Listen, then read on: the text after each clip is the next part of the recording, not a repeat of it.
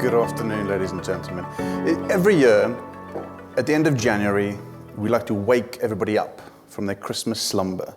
And we get everybody together, clients, partners, friends, in our network, at what is our annual Cyber Summit event. And we've been running this for the past 9 years. And our objective and our outcomes for this event are to focus on the strategic items that cybersecurity leaders are going to need to focus on for the year ahead. We look at big topics, we look at the year gone by and what we said would happen, and we also look ahead at the future. Last year, after this event, we took your feedback, and we took that on board, your guidance, and we started this mid-year event. So this is our second peak event with ITC. The idea is that we'll be able to check in between these annual strategic objectives that we are setting, that we're tracking, to take more of a tactical, operational view of the areas of cybersecurity that our teams are dealing with on a daily basis. Today is really about giving you insights. It's about giving you insights and learnings that we see from the coalface. You'll be hearing from some ITC experts. You'll be hearing from experts from our partners and from some of our key vendors that we work with. But today is about you. Today is about giving you insights and visibility into what we see as the key topics in cybersecurity. Welcome to ITC Peak. Welcome also to the Institute of Engineering and Technology. The IET is a very special and important partner for the advancement of learning and knowledge in the areas of technology. Indeed, their roots go back to the late 1800s, and they've been in this building since the early 1900s. They even hosted the BBC when it was first introduced from this building. And indeed, the first BBC radio broadcast was done from just a building around the corner here, linked to their offices here at the Institute. And throughout the decades, the Institute has been part of the evolution of as basic fundamental things as electrical wiring, which is still in the British Standards Institute catalogue today, developed by the Institute, in addition to advances in the areas of electronics, of radio, of modern-day computing and networks. So the Institute plays a very important part in the technology that we can benefit from today. Now, none of my team would have known that the IET also holds a special place for me when they booked this, because it was actually at the end of my second year at university that the Institute awarded me a Top Achiever Award for finishing top of my engineering class at university. So I have a lot to thank the IIT for, and it's a bit of history there. The beer tokens they awarded me went a long way and was very much appreciated. Now, in addition to the information and the knowledge we'll be sharing from the stage today, there's a wealth of information and knowledge in the room around you. Please, I encourage you, you're amongst friends. Speak openly, introduce yourself to your neighbors, get to know those around you. There's a lot of knowledge in this room, a lot of us dealing with similar issues, challenges, and some have maybe overcome some of the issues and challenges that others are dealing with today. So please speak openly and build those friendships and relationships and expand your networks here today with us. Now, looking back very briefly at the last 6 months since our Cyber Summit, one of the key themes and agendas that we set for the year is that we were proposing we need to reframe the conversation of cybersecurity, meaning that we had to move beyond this period of crisis that we had, both as humans and as companies and businesses during the pandemic, to reassess the situation around us. Sir Graham Lamb, the chairman of our advisory council, used the analogy of being dropped in a minefield. And I'll ask the question that he asked, just to see if those of you that were here remember it, or indeed perhaps some others of you that have some combat experience. But when dropped in a minefield, what's the first thing you do? You freeze. Don't panic. You freeze. Freeze, assess the situation around you, think carefully about your next move. And that's what Sir Graham was saying in January. He was encouraging organizations to do, to move from that period of panic and rapid decision making that was needed during the pandemic. Take that breath, assess the situation around you, and see how you can move forward and what the future now looks like.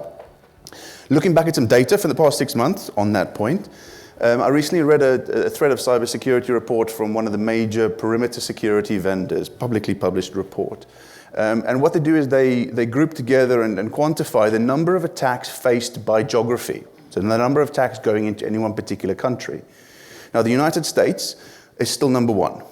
As a country, they get targeted, and the organizations inside them with the highest volume of cyber attacks globally. But the number of attacks they faced in the first 6 months of this year compared to last year was down by 10% comparatively. The United Kingdom, still in number 2 spot. We're still highly targeted. We're down 15%.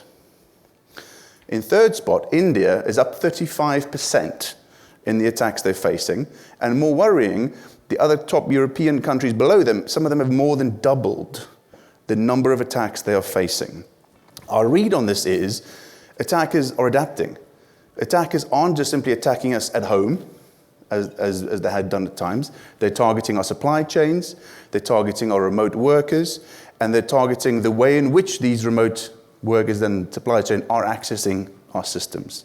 They're targeting the identities of these objects and of these individuals. And in the ITC Operations Center, where we monitor these attacks on a 24-hour basis, we've seen similar results.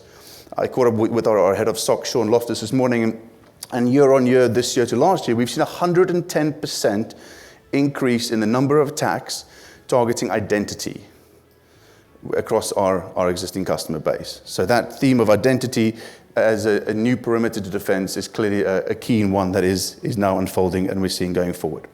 One of the other key themes that we talked about in January was focusing on cybersecurity as a business resiliency risk. One of the key messages we were trying to drive home there is to look beyond the technology, look beyond the vendor and the product's choices, to look at both the people side.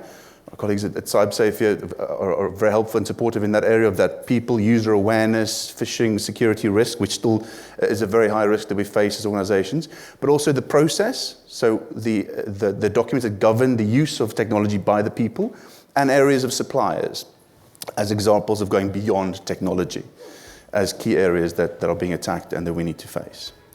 We spoke a little bit about the technology aspect, because technology is part of the risk and therefore has to be part of the solution. And one of the key messages that we were identifying that organizations needed to be able to do was be able to do more with less. And we presented how that could be done by actually focusing on an integrated security stack, meaning bringing together different security tools that can all interoperate together so that decision-making can be enhanced and actions can be done much quicker. In our own operations center, by taking this approach, and that becomes the embodiment of what we call our managed detection and response service, and indeed our managed extended detection and response service, so extending the reach of our monitoring and our output, has meant that in our operations center, we've been able to reduce the number of alerts generated by 10%. By bringing in more information in, we're able to deduplicate false positives and reduce the noise by 10%. Additionally, we've been able to reduce the number of tickets that goes to a customer by 15%. So by bringing more information in, by bringing more tools and products in an integrated fashion, we're able to realize a 25% reduction of overhead on our end customers. This is time that we give back to them for them to drive their own internal security programs, and also for our teams to focus on the more advanced activities in an operations center, such as threat hunting or detecting very sophisticated threats. So again, seeing real good evidence to support the need and the benefit of that integrated security stack. One of the other things that's advanced very quickly over the last 6 months is the use of artificial intelligence and the general public availability of this technology. For our world in security, what we have learned and what's absolutely clear is that artificial intelligence will need access to data, information, in order for it to inform its decision making, and it will need access to tools in order to drive automated outcomes and the speedy remediation for all the benefits that we expect to see from this new technology. Again, those key factors bring us back to the need for an integrated security stack and an integrated set of security solutions. Very excitingly, in March of this year, Microsoft announced the Microsoft Security Copilot, which is their operationalization of the artificial intelligence technology in the security space. And we're very excited for ITC to be part of the programs with Microsoft to test and deploy and be at the cutting edge of what this technology might mean for us as a service provider and ultimately for our end customers and for you and your organization. So we're very excited to explore some of that with you today and dig a bit deeper into what that might mean for us today. Now, it's my great pleasure to welcome onto the stage this morning our first speaker and our first address, Wendy Carstairs from Microsoft. Wendy is a cloud solution architect leader in Microsoft Global Partner Solutions team. She is a technology leader with over 25 years of experience. Within Microsoft, she leads technical teams in the areas of artificial intelligence and in security. And really, these teams are working very closely with partners like ITC to bring new products and services to market, to help organizations achieve secure digital transformation, and to help end customers achieve more. So, a very warm welcome to the stage of Wendy.